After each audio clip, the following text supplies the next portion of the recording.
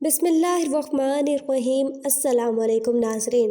سمرقند سے طویل سفر طے کر کے آنے والا قاصد سلطنت اسلامیہ کے حکمران سے ملنا چاہتا تھا۔ اس کے پاس ایک خط تھا جس میں غیر مسلم پادری نے مسلمان سپہ سالار قتیبہ بن مسلم کی شکایت کی تھی۔ پادری نے لکھا، ہم نے سنا تھا کہ مسلمان جنگ اور حملے سے پہلے قبول اسلام کی دعوت دیتے ہیں۔ اگر دعوت قبول نہ کی جائے تو جزیہ دینے کا مطالبہ کرتے ہیں، اور اگر کوئی ان دونوں شرائط کو قبول کرنے سے انکار کرے تو جنگ کے لیے تیار ہو جاتے ہیں، مگر ہمارے ساتھ ایسا نہیں کیا گیا اور اچانک حملہ کر کے ہمیں مفتو کر لیا گیا ہے۔ یہ خط سمرقند کے سب سے بڑے پادری نے اسلامی سلطنت کے فرمانروا عمر بن عبدالعزیز کے نام لکھا تھا۔ دمشق کے لوگوں سے شہنشاہ وقت کی قیام گاہ کا معلوم کرتے کرتے وہ قاصد ایک ایسے گھر جا پہنچا کہ جو انتہائی معمولی اور خستہ حالت میں تھا۔ ایک شخص دیوار سے لگی سیڑھی پر چڑھ کر چھت کی لپائی کر رہا تھا اور نیچے کھڑی ایک عورت گارا اٹھا کر اسے دے رہی تھی۔ جس راستے سے آیا تھا واپسی اسی راستے سے ان لوگوں کے پاس جا پہنچا جنہوں نے اسے راستہ بتایا تھا۔ اس نے لوگوں سے کہا، میں نے تم سے اسلامی سلطنت کے بادشاہ کا پتہ پوچھا تھا، نہ کہ اس مفلوق الحال شخص کا جس کے گھر کی چھت بھی ٹوٹی ہوئی ہے۔ لوگوں نے کہا، ہم نے تجھے پتہ ٹھیک ہی بتایا تھا،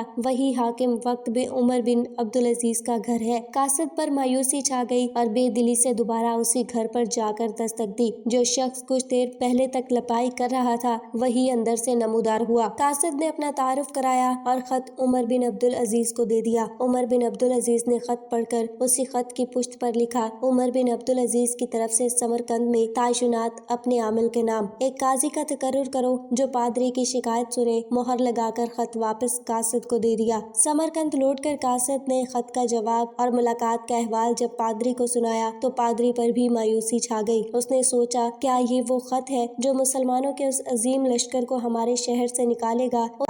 انہیں یقین تھا کاغذ کا یہ ٹکڑا انہیں کوئی فائدہ نہیں پہنچا سکے گا، مگر کوئی اور راستہ بھی نہ تھا۔ چنانچہ خط لے کر ڈرتے ڈرتے امیر لشکر اور حاکم سمرقند قتیبہ بن مسلم کے پاس پہنچے۔ قتیبہ نے خط پڑھتے ہی فوراً ایک قاضی کا تعین کر دیا جو اس کے اپنے خلاف سمرقندیوں کی شکایت سن سکے۔ قاضی نے پادری سے پوچھا، کیا دعویٰ ہے تمہارا؟ پادری نے کہا، قتیبہ نے بغیر کسی پیشگی اطلاع کے ہم پر حملہ کیا، نہ تو اس نے ہمیں اسلام قبول کرنے کی دعوت دی تھی اور نہ ہی ہمیں کسی سوچ و بچار کا موقع دیا تھا۔ قاضی نے قتیبہ کو دیکھ کر پوچھا، کیا کہتے ہو تم اس دعویٰ کے جواب میں؟ قتیبہ نے کہا، قاضی صاحب، جنگ تو ہوتی ہی فریب اور دھوکہ ہے۔ سمرقند ایک عظیم ملک تھا، اس کے قرب و جوار کے کم تر ملکوں نے نہ تو ہماری کسی دعوت کو مان کر اسلام قبول کیا تھا اور نہ ہی جزیہ دینے پر تیار ہوئے تھے، بلکہ ہمارے مقابلے میں جنگ کو ترجیح دی تھی۔ سمرقند کی زمینیں اور بھی سرسبز و شاداب اور زور آور تھی۔ ہمیں پورا یقین تھا کہ یہ لوگ بھی لڑنے کو ہی ترجیح دیں گے۔ ہم نے موقع سے فائدہ اٹھایا اور سمرقند پر قبضہ کر لیا۔ قاضی نے قتیبہ کی بات کو نظر انداز کرتے ہوئے دوبارہ پوچھا، قتیبہ، میری بات کا جواب دو، تم نے ان لوگوں کو اسلام قبول کرنے کی دعوت دی، جزیہ، پھر جنگ کی خبر دی تھی؟ قتیبہ نے کہا، نہیں قاضی صاحب، میں نے جس طرح پہلے ہی عرض کر دیا ہے کہ ہم نے موقع سے فائدہ اٹھایا تھا۔ قاضی نے کہا، میں دیکھ رہا ہوں کہ تم اپنی